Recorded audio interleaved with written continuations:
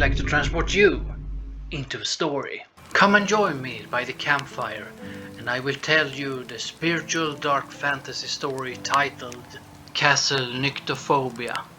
This is a Beery Tale.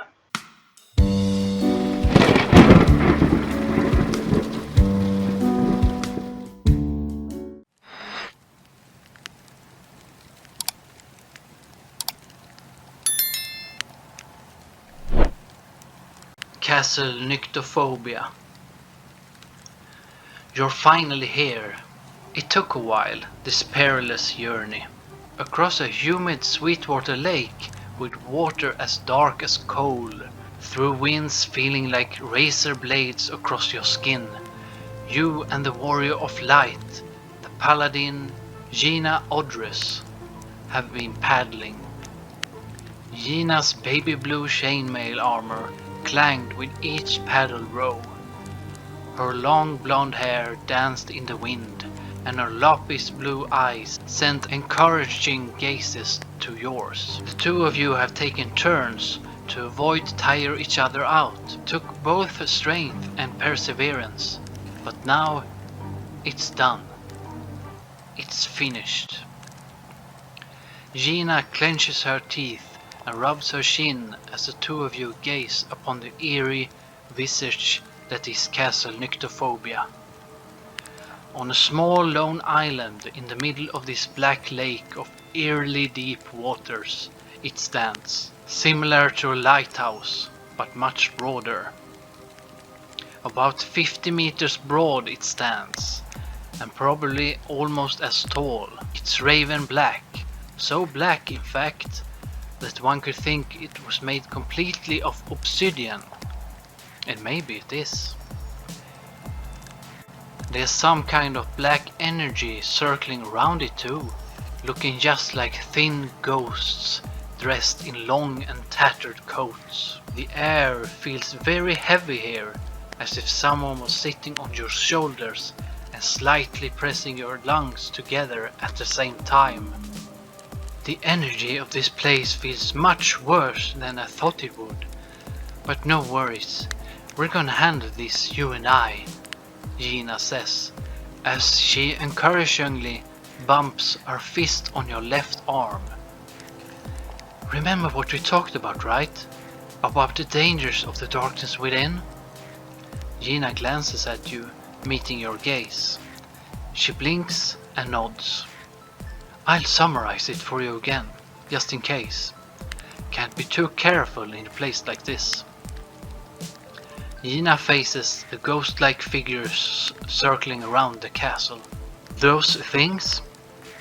They're inside the castle too, feeding on the stress of others. Making that same stress worse even. And Gina looks down on her shoes for a few seconds. And they can really hurt our energy bodies if we're not careful. A chilling howl can be heard, unclear if it was coming from the chilly wind or from those circling entities. But we have this. Gina stretches out one of her hands in front of you, and within you see a circular and gold-colored compass-looking item. It isn't exactly a compass though. There's a white surface with a golden needle behind a circular glass cover, just like in a compass, but there's also two red dots blinking on the pale surface below the needle. And the golden needle is shining in its constant yellow glow. This is the Scout, and those two dots within, that's us. Living beings with a soul.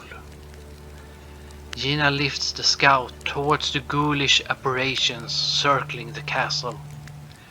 The red dots gradually disappear out of sight as she does, and instead there are now multiple black dots showing up on its white surface instead, circling around, just like the circling entities do around the castle. And the golden needle goes wild, facing random directions all over the place and blinking rapidly. Black dots, on the other hand, are soulless beings.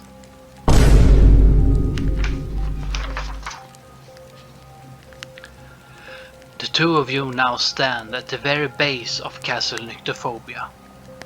After that horrible journey across the Lake of Darkness, there's a very acute need for rest.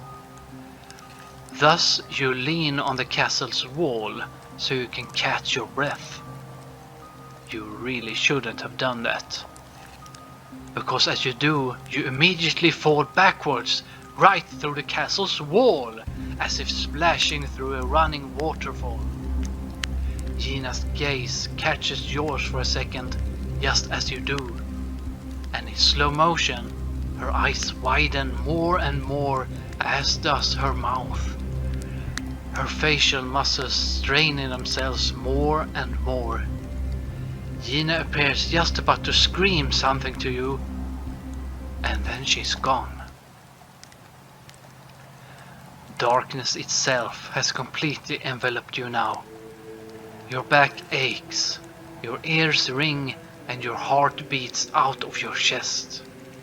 You can't make yourself move at all. But you can open your eyes. But when you do, there's still only darkness. Your racing heartbeat and the aches from your back makes your body pulsate with needle-like pain. But gradually, and thankfully, the pain slowly dissipates. You should be able to get on your feet now. Suddenly, there's a voice calling you, but it's not coming from inside the castle. It's coming from within your mind. Are you okay? Talk to me. It's a feminine voice. It's Gina's voice. There you are. I've been trying to reach you telepathically for 30 minutes now, and I was starting to really worry. Her voice trembles and then grows steady again. I'm glad you're okay. As you get yourself back on your feet, trying not to stumble in the dark, Gina telepathically explains to you that she's been trying to enter the castle the same way you did, but to no avail. She hasn't been able to find any kind of normal entrance either. It's as if the castle's decided to close itself off from everyone, but you. You have some casual telepathic conversations with Gina as you walk the halls of Castle Nyctophobia. Doing this keeps you both from going insane with stress. You're forced to follow the walls closely with one of your hands while holding the scout with the other.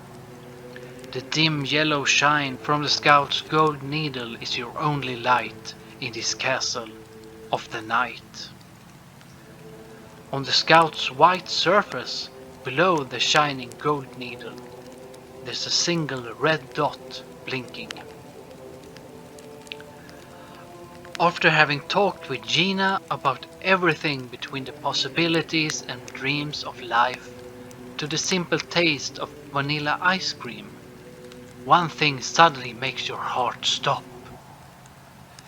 The dim yellow light from the scout's golden needle is now shifting back and forth uncontrollably. And on the scout's white surface, alongside your red blinking dot, there's now a myriad of black dots. Hundreds, and worst of all, they are all moving towards you. Oh no, exclaims Gina. But don't worry. Remember, all you have to do is not panic. But just as a starting shot, those very words make your whole body shake and your heart gradually race more and more. Sweat pearls are forming all over your body as you watch the black dots move closer and closer. Is this the end of the road for you? Gina stutters and rambles for a few seconds until she decisively says, "Calm down. I know an ancient technique that will relieve oneself of stress. Just Just listen to my voice and do exactly as I tell you to.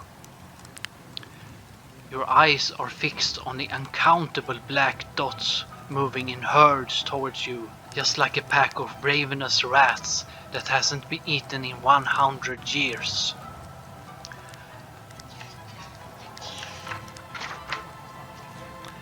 Your whole chest feels like it's going to burst with stress. Relax, we're gonna make it, and we'll do this together, okay? Just repeat after me.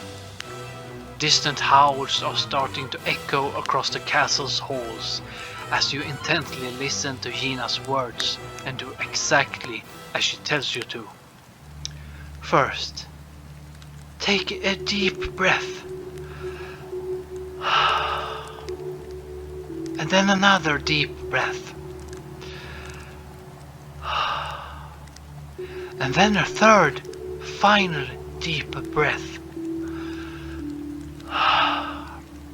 The eerie howls are growing closer.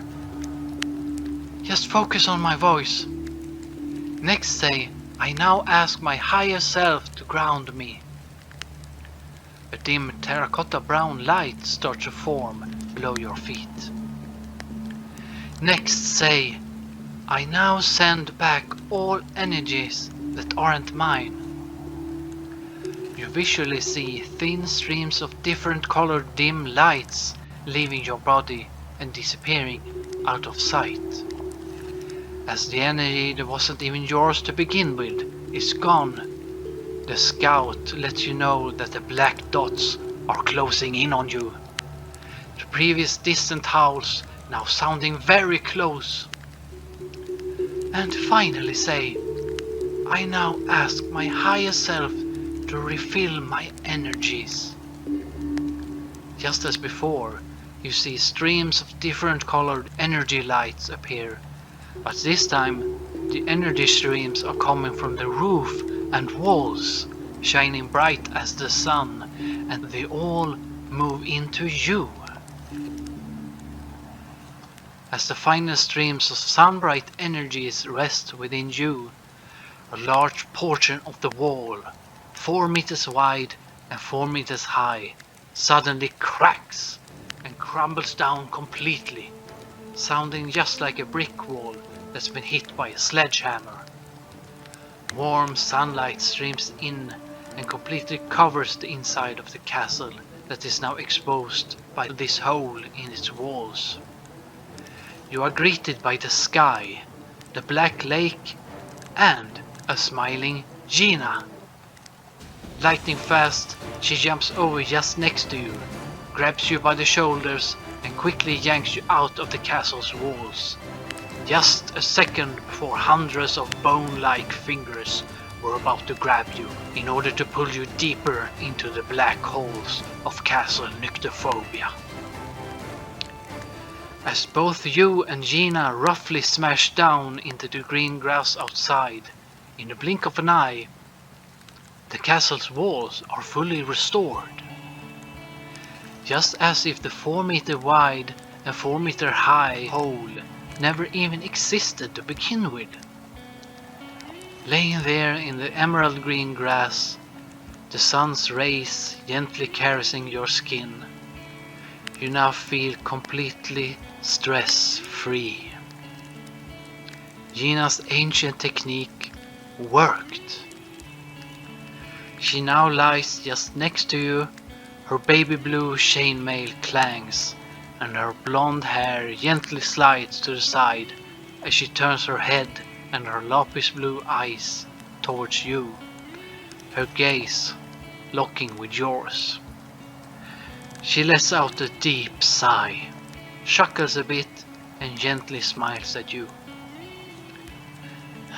You know what? Let's just forget about this castle, okay? If you'd like more stories like this one, be sure to visit my Patreon page, where you can get 1 week early access to written versions of these YouTube videos. You can get longer Patreon exclusive stories and a lot of other stuff. You'll also find the link down in this description. There's more stories in the works here on YouTube as well. I'll see you next time. Bye! And a special thanks to all of my patrons. You're the reason I can do this, so I'm really grateful.